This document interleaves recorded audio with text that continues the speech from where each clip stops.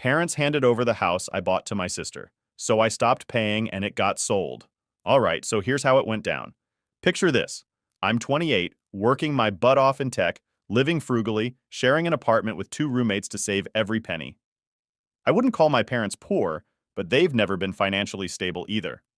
My folks have had their fair share of money struggles over the years. My dad especially, always switching jobs, sometimes laid off, trying different things to make ends meet.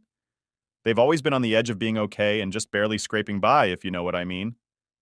Growing up, my sister Perry and I didn't exactly have the same treatment. She's 3 years younger, and man, she's always been the favorite. They let her do whatever she wanted, like she could never really do any wrong. She dropped out of high school, didn't have any plans to go to college, and pretty much floated around, doing odd jobs here and there. Meanwhile, I was the responsible one. My parents always had these big expectations for me, always hinting that I had to be the one to make it, because Perry, well, she wasn't going to. So they stretched their savings thin and took out loans to get me through tech school. They made it clear that this was my shot to make something of myself, and they were counting on me to pull through. They were upfront about how they sacrificed for me, how they could have spent that money on themselves or saved it for retirement, but instead, they invested in my future. And honestly, I didn't see anything wrong with it back then. I figured, yeah, they're just doing what any parent would do. They wanted me to succeed, right? So I kept my head down and worked hard, thinking, one day I'll pay them back and everything will be fine. After tech school, I landed a good job. It wasn't anything huge, but it was enough to start saving and paying back some of the student loans, which honestly was a weight off my shoulders. I'd send them some money here and there. Not too much because I was still setting up my own life, but enough to help out. Every time I sent something, Dad would remind me of the big sacrifices they'd made, hinting that there was still more they deserved. This was mostly through subtle comments like, don't forget where you came from, or remember who got you here. Real subtle, but I got the message. Then one night, I'm back home visiting for a few days. It's the first time I've been able to take some real time off, and we're sitting around the dinner table just talking. Out of nowhere, Dad brings up how they're still renting and how it's tough not to have a place to call their own. He talks about the rent hikes, the noisy neighbors, how tiring it is to move every few years when the lease is up. Then he looks straight at me and says, we're just wondering when we can stop living on rent and finally settle down, you know? I kind of laugh it off, thinking he's just venting, but then he goes, you should think about buying us a place, son. You're doing well now. We've done our part to get you here. I'm sitting there, halfway through my meal, just blinking at him like, wait, what? It hit me that they were dead serious. My mom chimes in, all supportive, saying, it would really mean the world to us. A place we can call our own. You're the only one who can make that dream come true. In that moment, I felt trapped. They were right there, staring at me, and I didn't know what to say. On one hand, they did pay for my education and support me growing up. But on the other hand, buying a whole house for them? I'd just started my career, and here they were, talking like I should already have enough saved up to buy them a house on top of my own expenses. I tried to laugh it off, saying, Dad, I'm barely paying rent myself. I can't afford a house for me yet, let alone for you guys.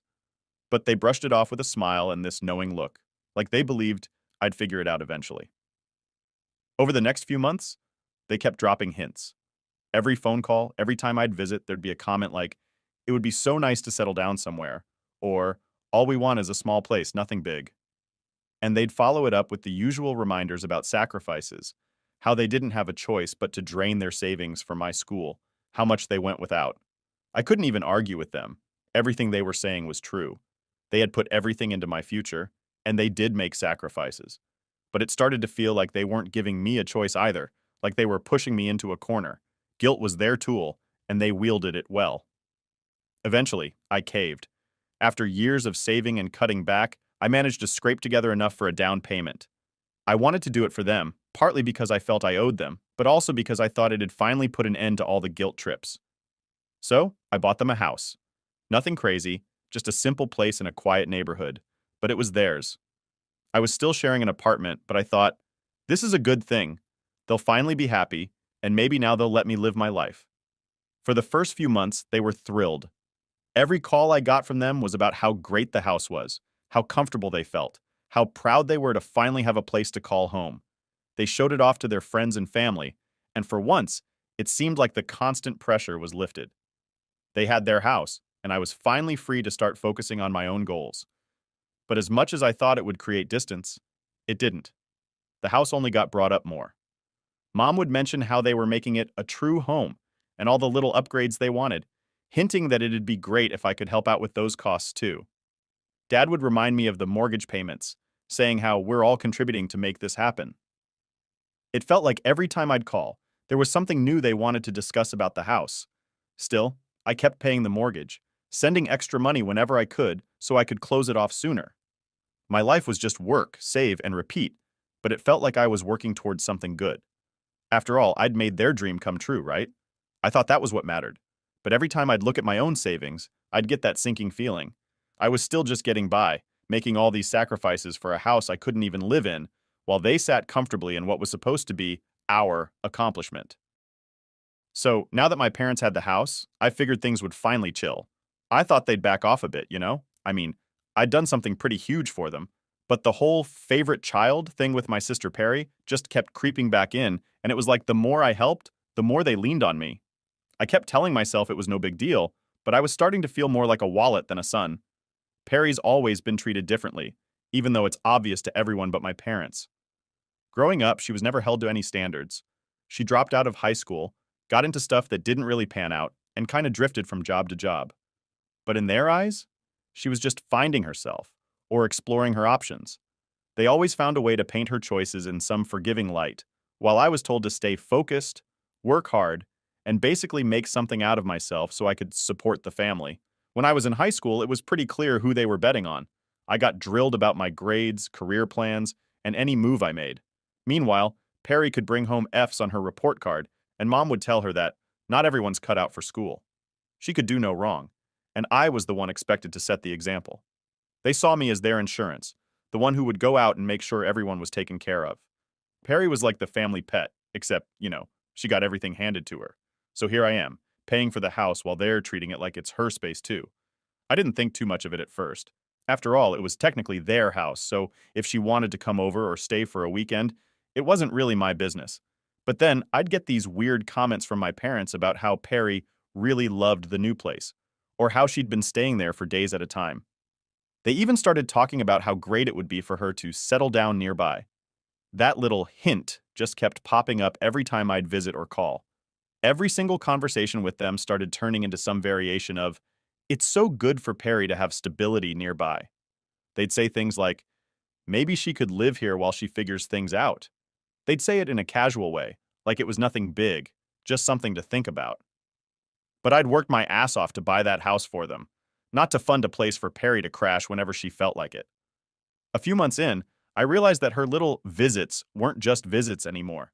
She was practically living there. I didn't want to jump to conclusions, so I asked Mom about it directly one day. She gave me this vague answer, something like, "Oh, well, she's just here helping us out around the house." Helping with what, though? Every time I'd visit, Perry was there, just lounging around like she owned the place. One weekend, I decided to pop by unannounced. I hadn't told them I was coming because, well, I wanted to see for myself what was really going on. I get there, and it's not my parents who open the door. It's Perry. She's wearing pajamas, looking super comfortable, like this was her place.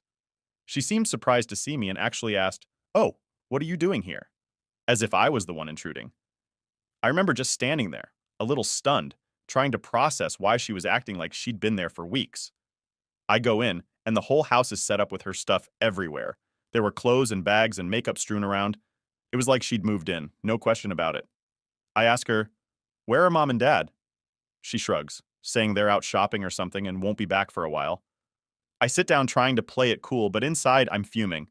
We sit in this awkward silence for a few minutes, and I just can't take it anymore. I go, "So, are you staying here for a bit?" She just shrugs again, saying, "Well, it's a nice place. Mom and Dad don't mind me hanging out here." I wanted to tell her off, say something like, "Yeah, well, maybe I mind," but I knew that would blow up into something bigger. So instead, I just nodded, biting my tongue, trying not to lose it right there. When my parents came back, I brought it up casually, saying something like, "Hey, I didn't realize Perry was staying here." They just laughed it off, saying she needed a place to stay for a while because things weren't working out with her roommates. I knew exactly what that meant. She'd probably gotten kicked out or couldn't pay her part of the rent. But of course, my parents would never actually say that. To them, it was just another harmless little adjustment in her life. Nothing was ever her fault. That night, we all sat down for dinner, and the entire time, They kept praising her for helping them out around the house. I couldn't believe it. They were acting like she was some kind of hero for being there, while I'm the one actually paying for the place. Every time I tried to bring up something related to the house, they'd steer the conversation back to Perry, how good it was for her, how she was finally getting her feet on the ground, and how this was just what she needed to get on the right track. It was like I wasn't even part of the picture anymore. They were making this house about her, as if my sacrifices didn't exist. After that night, I couldn't shake this feeling that I'd been duped. I didn't sign up to buy a house for Perry. I bought it for them, thinking I'd be giving them security. But it started feeling more like I was financing Perry's new life. I left that visit feeling frustrated, like I'd walked into a trap I didn't even know was there. It was becoming clearer that my parents had a blind spot the size of a house when it came to Perry. I couldn't help but feel like I was being taken advantage of, and it was getting hard to ignore. The next time I talked to my parents, they dropped another bomb on me. They started talking about how settled Perry seemed to feel in the house and how great it would be if she had her own space. I tried to laugh it off, saying, "Well, she's got to find her own way eventually, right?" But they just looked at me with these blank stares, like I wasn't getting it. And I realized then that they had a different idea about what her own space meant. All right, so here's where things went completely off the rails. After that last visit where I'd walked in on Perry just lounging around the house, I figured she'd be moving out soon. Or at the very least, she'd help out if she was planning to stay longer. I thought maybe she was just crashing there temporarily, like we all do when we're going through something. But a couple of weeks later, my mom calls me up, all casual, and drops a bomb on me. They'd actually moved out. Yeah, you read that right. My parents moved out of the house I bought for them, and Perry had moved in full time instead. I sat there, phone in hand, trying to process it. I couldn't believe what I was hearing. I mean, I bought that house specifically for my parents, thinking it would give them the stability and peace of mind they deserved. And now, out of nowhere, they just handed it over to Perry. No heads up, no conversation, just a casual announcement like I'd have no problem with it. I asked, trying to keep my voice steady, "Why would you move out? This house was for you and Dad, not for Perry." My mom just laughed, brushing it off like it was no big deal. "Oh, honey, we needed a fresh start. Besides, Perry needs the house more than we do right now. She's trying to get her life together, and having a stable place to live will help her a lot." She said it so matter-of-factly, like it was the most logical thing in the world. "She's trying to get her life together," she explained, like that justified everything. "She needs stability, especially if she's going to have a family someday." I was just sitting there, stunned, trying to wrap my head around what she just said. Stability? What about the stability I'd been working toward? What about all the sacrifices I'd made to make sure my parents had a decent home to live in? And now, out of nowhere, Perry was just taking over, and they hadn't even bothered to ask if I was okay with it. Finally, I asked them flat out, "So, are you saying Perry's living there full time now? And what about the mortgage? Who's paying for that?" My mom's tone shifted, sounding almost defensive, like I was accusing her of something. "Well, honey, you're doing well for yourself now, aren't you? It shouldn't be a big deal for you to keep paying a bit longer. Besides, she's family." There it was, the "you're doing well" line again, as if my hard work and all the sacrifices I'd made meant they had free access to whatever I'd built for myself. I tried to keep my cool, but it was like a slap in the face. I said, "Mom, this isn't what we agreed on. I bought that house for you and Dad, not for Perry to live rent-free while I cover the bills." She sighed, sounding exasperated like I was the one being unreasonable. "We thought you'd understand. She's struggling and she doesn't have the same opportunities as you. You've always been the responsible one, and we're just asking you to help a little longer." At that point, I was barely holding it together. "Help a little longer? Mom, I'm paying for the entire thing. It's not a little help. I've been paying extra every month to get this paid off faster, thinking it was for your stability. Now you're telling me you just handed it over to Perry without even asking me?" My dad chimed in then, trying to sound calm and reasonable, but he came off more patronizing than anything. "Son, we didn't think it'd be such a big deal. We know you're financially stable, and Perry could really use this. It's just until she gets back on her feet." "Gets back on her feet?" I said, my voice rising despite trying to keep it in check. "She's been getting back on her feet her entire life. When does it stop being my responsibility to fix everything for her?" They just sat there, looking at me like I was the one who'd done something wrong. Finally, my mom said, "Well, maybe we shouldn't have assumed you'd be so willing to help your own family." The way she said it, like I was the bad guy, just hit me hard. It was like no matter what I did, they'd always find a way to turn it on me. I got up to leave, saying, "Look, this needs to change. Either she pays her part, or you guys do, but I'm not just footing the bill for Perry to live for free in the house I'm sacrificing everything for." They didn't respond, just looked at each other like they were disappointed in me, as if I'd let them down somehow. Driving home, I felt more frustrated and betrayed than I ever had before. They'd pulled this move, blindsiding me with a decision that impacted my life in a huge way, and then they had the nerve to make me feel guilty for not wanting to just go along with it. It was like all my hard work and everything I'd done for them meant nothing. Back at my place, I tried to calm down, thinking maybe I was overreacting, that maybe I was being selfish for wanting a little say in how my money was being spent. But the more I thought about it, the more it sank in that I wasn't being unreasonable at all. I mean, who just hands over a house that someone else is paying for without even asking them? What kind of parents do that? And what kind of sister just moves in without offering to help out, without even considering that maybe this wasn't fair? I felt like I was at a crossroads. If I kept going along with this, what was next? Would I be expected to fund every little thing they decided to hand over to Perry just because I was doing well? Would I always be the backup plan, the one they could depend on whenever they needed money? I thought back to all the years I'd worked to get here, all the sacrifices I'd made. I'd spent my life trying to make them proud, working my way up so I could give them a better life. And now that I'd done it, it was like I was just a resource to them. Not a son with his own dreams, but a wallet. And Perry? She wasn't even remotely grateful. It was just expected that I'd step in and fix things for her whenever she needed it. The more I thought about it, the more I realized something had to change. I couldn't keep paying for everything without setting some boundaries, or this was never going to end.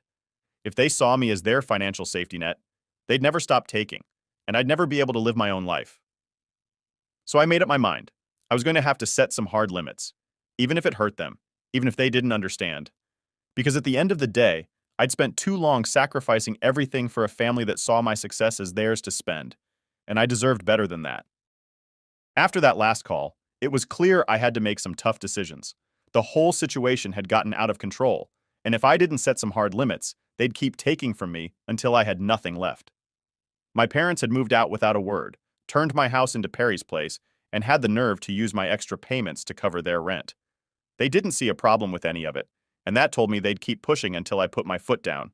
I took a couple of days to think it through. I wanted to approach this calmly, not just come in guns blazing. The plan was simple. I'd tell them I wasn't going to keep sending extra payments, and if Perry wanted to live there, she needed to start contributing to the mortgage or move out. It was time for some real boundaries. So, I called my parents and told them we needed to talk face to face. They weren't thrilled, but agreed, and I headed over to their new place. The tension was thick when I arrived, and it was obvious they knew what this was about.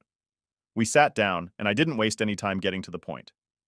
"Look," I started, keeping my voice as calm as I could. "I found out from the bank that the extra money I've been sending hasn't been going toward the mortgage. I don't appreciate being kept in the dark about where my money's going." My dad tried to wave it off. "It's not a big deal. We needed the extra to cover rent since we moved out for Perry. You're doing well, we didn't think you'd mind." That "you're doing well" line again. I was so sick of hearing it. They used it every time they wanted something from me, like the fact that I'd worked hard somehow made it my job to fix all their problems. I took a deep breath and replied, "But I do mind, Dad. I bought this house for you, not for Perry. And the extra was supposed to pay off the mortgage faster, not fund a second place for you. I can't keep doing this." My mom gave me that disappointed look she'd perfected over the years. "Honey, Perry needs stability. She doesn't have the same opportunities as you.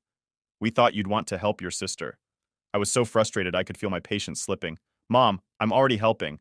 I bought the house, I've been paying the mortgage, and I even sent extra. But Perry's an adult. If she wants to live there, she needs to contribute. This isn't fair to me." Dad shook his head, looking annoyed. "You're being selfish. We've done so much for you. Isn't it time you gave a little back to the family?" I felt my temper rising, but I kept it together. "I am giving back. I've been giving more than enough. But I have a right to set limits, and right now, the limit is that I'm only paying the minimum mortgage from now on. If Perry's staying there, she needs to pitch in, or she has to find somewhere else to live." They both looked at me, clearly unhappy, but I didn't back down. I'd rehearsed this in my head so many times that I knew exactly what I needed to say, and I wasn't going to let them guilt me into caving.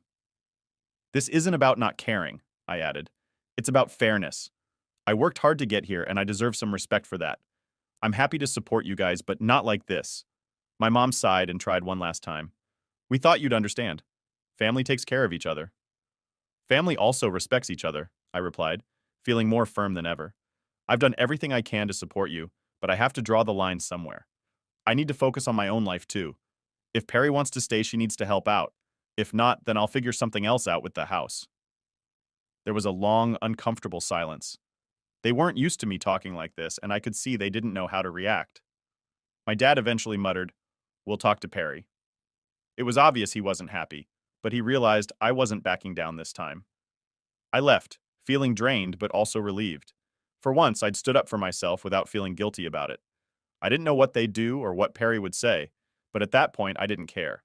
I'd done my part, more than my part, and it was time they started respecting that. Over the next few days, I heard nothing from them. No calls, no messages, just silence. Part of me wondered if I'd gone too far, but every time I replayed the conversation, I knew I'd done the right thing. I'd been bending over backward for years, and it was finally time to put my own needs first. Then, one afternoon, my mom called. Her voice was calm, almost resigned. She told me they'd talked to Perry, and she'd agreed to start contributing to the mortgage. Just a small amount, but it was something. She sounded disappointed, like she still couldn't believe I'd actually asked for it, but I didn't let it bother me. "That's good to hear," I said, keeping it short. I didn't want to drag this out or get into another guilt trip session. I was just relieved that for once, they'd actually respected a boundary I'd set. Hanging up, I felt a strange mix of emotions. I was relieved, yes, but also sad. I never thought it had come to this, having to argue with my own parents just to get them to respect what I'd worked so hard for. But I knew it had to happen. If I didn't stand up for myself now, this would be my life forever, constantly giving, constantly being expected to cover everyone else's mistakes. In the weeks that followed, things were quieter. They didn't push as much, and there were no more sudden changes I wasn't told about. For once, I felt like I was actually living my life for myself, not just as a backup plan for everyone else. I won't say everything's fixed. I know they still see me as the responsible one they can lean on, but at least now I've drawn a line. And if they cross it, I won't hesitate to remind them of where that line stands. It took me years to get here, and I'm not going back. After that last talk, I knew it was time to walk away. I'd tried everything, reasoning with them, setting boundaries, even offering a compromise to keep things fair. But no matter what I did, it always ended up the same. They saw me as their safety net, not as their son who also had his own life and goals. So I made the decision I should have made a long time ago. I stopped paying the mortgage. I was prepared for the fallout. The calls started almost immediately. At first, it was my mom calling every day, sometimes multiple times a day, leaving these long-winded voicemails about family obligations and how disappointed they were in me. She'd remind me of all the things they'd done for me growing up, making it sound like I was some selfish jerk who'd abandoned his family. Then my dad joined in. His voicemails were sharper, more frustrated. He'd say things like, "We raised you to support your family. We thought you'd always be there for us." But to be honest, I was numb to it. For once, I didn't feel guilty. I'd given them everything I could, and they'd taken advantage of it. This wasn't my problem anymore. Eventually, when I kept ignoring their calls, they ran out of ways to reach me, but that didn't stop them. They started calling from different numbers, sometimes even borrowing friends' phones to try to catch me off guard. I'd see an unknown number pop up and hesitate, just in case it was important. But sure enough, it'd be another voicemail from my mom, going on about how family doesn't abandon each other, trying to guilt trip me right back into covering the mortgage. But this time, I wasn't having it. I blocked every number I could recognize, and when new ones popped up, I blocked those too. I think what hit me the hardest was realizing that, for them, this was normal. To them, family meant I'd endlessly give, no questions asked. It never crossed their minds that I might have my own life, my own dreams. They couldn't see me as anything other than a bank account with a voice on the other end of the line. With no one covering the mortgage, things unraveled quickly. Within a couple of months, the bank took over the house, and before long, they put it up for auction. I'd been expecting it, but there was a part of me that felt the sting. This was supposed to be the home I'd given to my parents, the home I'd sacrificed so much for. But after everything, it wasn't really my loss. They decided Perry was entitled to it, and I wasn't going to keep throwing money into a place I no longer had a say over. I'd had enough. When the house sold, Perry and her husband had to move out because they had no way of paying for it themselves. The calls started coming from Perry too, though by then, I'd already blocked her number. I didn't want to hear her sob story. Didn't want to hear about how unfair it was that I was taking away her stability. She had been given every opportunity to step up, to help out, to at least take some responsibility, but she'd done none of that. And I wasn't going to listen to her whine about it now. Then came the guilt-laden messages from my parents. Even after the house was gone, they didn't stop. They tried to make me feel like I'd betrayed them, calling me ungrateful and selfish, saying things like, "We never thought you'd just walk away from family." But to me, it felt like I'd done nothing but give to my family, at the expense of my own life. All they saw was that the money had stopped flowing, and that was enough to make me the villain in their story. It didn't matter to them that I'd spent years sacrificing my own goals to support them, that I'd bought a house for them with money I could have used for myself. They didn't care that I was just trying to make a fair choice. To them, I'd become the bad guy the minute I started standing up for myself. Last I heard, my parents ended up renting a smaller place in a cheaper area. They couldn't afford to keep up the lifestyle they'd been used to, and Perry had to finally figure out a new plan for herself. From what I've gathered, my parents have had to make some cutbacks, but they're managing. And Perry? She isn't getting her usual handouts anymore. She's on her own, for what feels like the first time in her life. As much as I might have felt guilty about it before, now I see it differently. She needed this wake-up call. Maybe now, without me as a fallback, she'll realize she has to put in her own work. As for me, I've finally got my own place. It's nothing fancy, a small apartment that I pay for on my own terms. There's a kind of peace in it, knowing that this space belongs to me and that I'm not constantly working just to fund someone else's life. I'm finally able to start saving up for a future that belongs to me alone.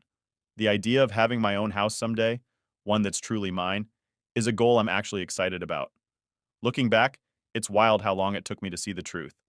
For so many years, I'd told myself I was just doing what was right. That family meant giving everything you had. But somewhere along the way, family became a way for them to take and take without ever thinking about what it cost me. It's a harsh realization, but I needed it. I wasn't just their kid, I was their wallet, and as much as that hurt, it's helped me draw the line I should have drawn years ago.